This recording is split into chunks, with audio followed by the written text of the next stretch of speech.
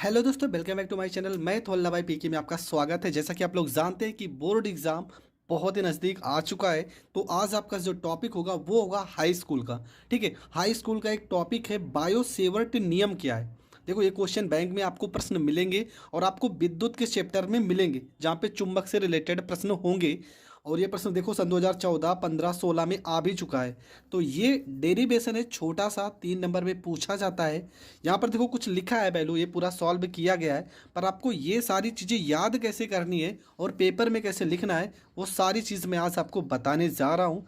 पूरी video last तक देखना, आपको हर एक टॉपिक समझ में आने वाला है। देखो यहाँ पर एक आपको चालक तार दिख रहा होगा।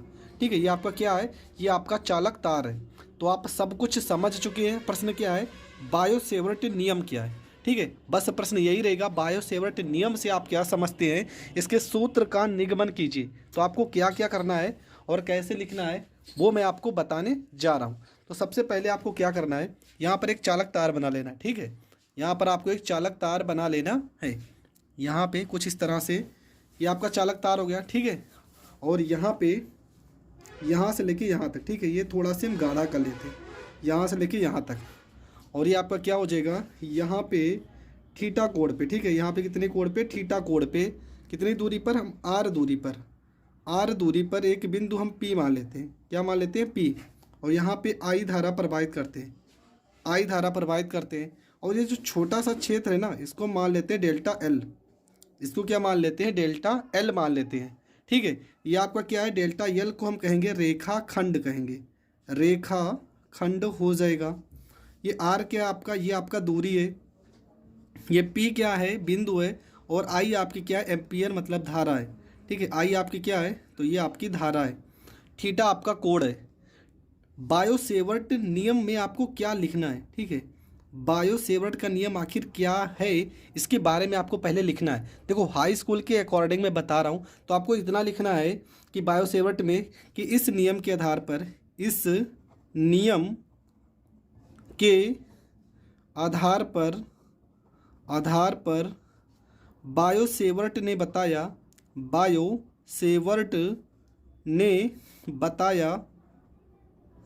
कि जब किसी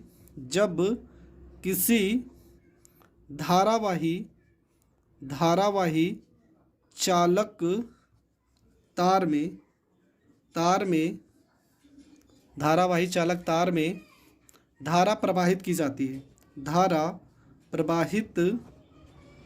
की जाती है, कि जाती है, तो उनके बीच विद्युत क्षेत्र, ठीक है, विद्युत क्षेत्र उत्पन्न हो जाता है। बस आपको इतना लिखना है, उत्पन्न हो जाता है।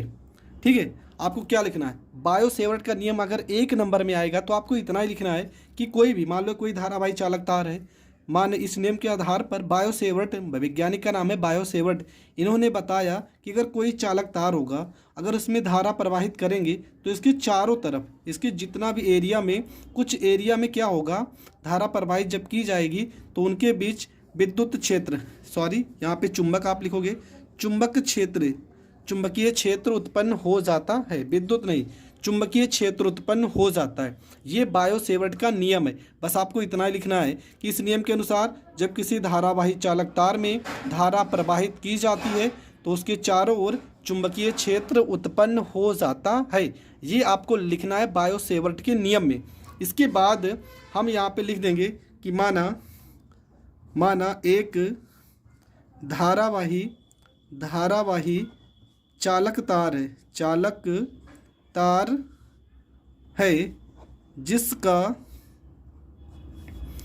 रेखाखंड, ठीक है, रेखाखंड डेल्टा एल है। आई एम्पियर की धारा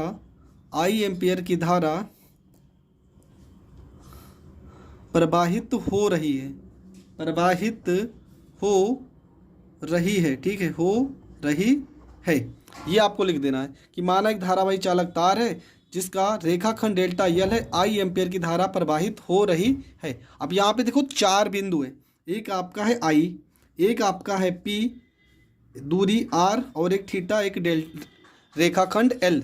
तो इसी के बारे में लिखना है। तो पहले हम क्या लिखेंगे कि चुंबकीय क्षेत्र रेखाखंड डेल्टा l के अनुक्रमानुपाती होता है। ठीक है, अनुक्रमानुपाती होता है, ये आपको लिख देना। ठीक है, बस आपको इतना लिखना है कि चुंबकीय क्षेत्र रेखाखंड डेल्टा एल के अनुक्रमानुपाती होता है। तो चुंबकीय क्षेत्र को हम बी से प्रदर्शित करेंगे। अनुक्रमानुपाती के लिए अनुक्रमानुपाती लगाएंगे और रेखाखंड डेल्टा एल है तो ये हो जाएगा डेल्टा एल, और इसको मान लेंगे समीकरण फर्स्ट। इसके बाद क्या लिखेंगे दूसरा नंबर, चुंबकीय क्षेत्र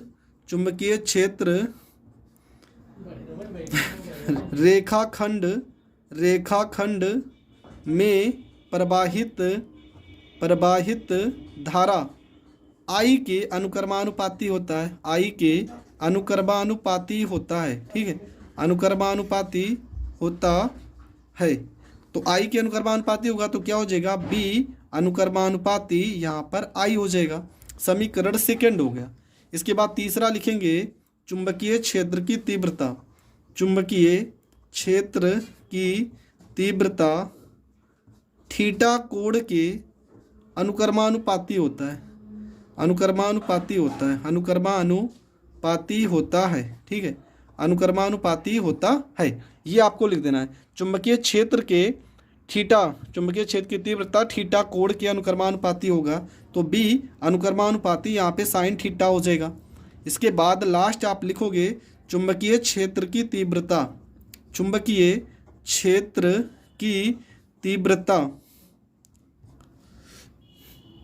दूरी r दूरी के वर्ग के व्युत्क्रमानुपाती होता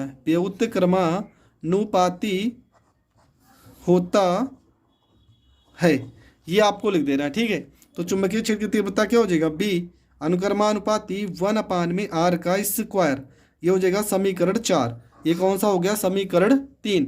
फिर लिखेंगे समीकरण उपरोक्त समीकरणों से। तो देखो बी एक तरफ हो जाएगा अनुक्रमानुपाती, यहाँ पे I लिखे थे, डेल्टा एल लिखे थे, साइन थीटा लिखे थे, और बटे में आपका r स्क्वायर हो जाएगा।